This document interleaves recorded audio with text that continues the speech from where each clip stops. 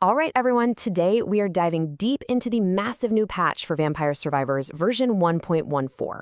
If you've been loving the game, but, hitting a few weird snags here and there, this is going to be the explainer for you. Yeah, we've all been there, right? Especially if you've been jumping into the new online co-op. You've probably felt some of those growing pains.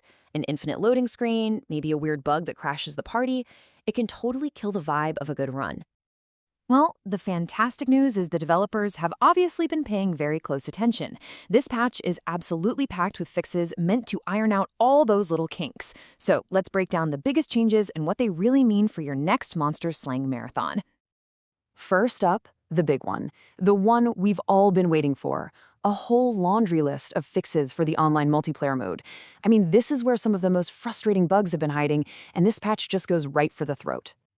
So the main takeaway here is stability. Stability, stability. You know that super annoying thing where the host leaves character selection and everyone gets stuck? Gone. You'll actually get an error message now. That infinite loading screen if someone picked Zephyr? Fixed. Even things like Moongolo unlocking correctly in co-op, it's all about making multiplayer feel as smooth and seamless as it was always meant to be. But hey, it is not just about the multiplayer.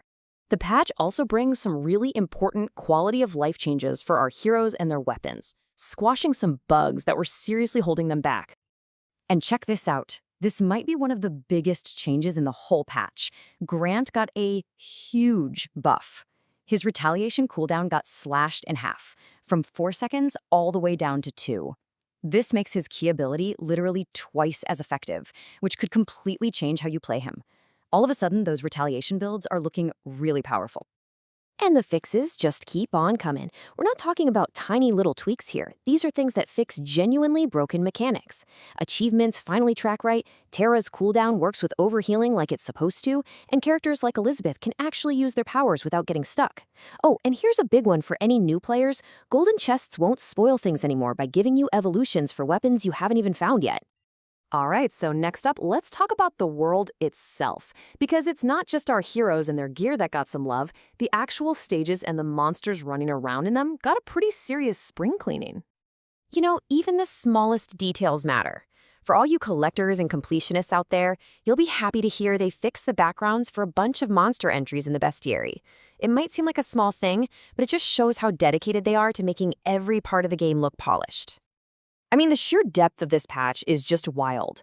We're talking about everything from fixing totally broken enemy AI on the Carlo Kart stage to literally recentering the hitboxes on certain enemies. They even took the time to animate the Jimbo Merchant. It all adds up to a game world that feels more live, more consistent, and honestly just more fair. And what's really cool is that the team didn't just stop with the bugs that affect everybody. They also dug in and targeted some really specific, really annoying issues that were only happening on certain platforms. This was a massive undertaking, rolling out across Steam, Epic, PlayStation, Switch, and mobile. And every single one of those platforms got some special attention to make sure players are having a good experience no matter where they play. Yeah, these fixes are totally tailored. For Switch players, they tackle those crashes and slow loading times we've been hearing about. On PlayStation, they fixed a game-breaking crash when a host leaves. And for anyone playing on an iPhone, they fixed a terrifying bug that was deleting currency and messed with DLC. This just shows a real commitment to the entire community. So, we've gone through all these technical fixes for multiplayer, for characters, for all the different platforms, but what's the big takeaway? What does this actually mean for you when you fire up the game for your next run? So here's what it all boils down to. Your next game should just feel better, way better. Whether you're playing solo or co-op on your PC or your Switch, the game is going to be so much more stable, more predictable, and more balanced.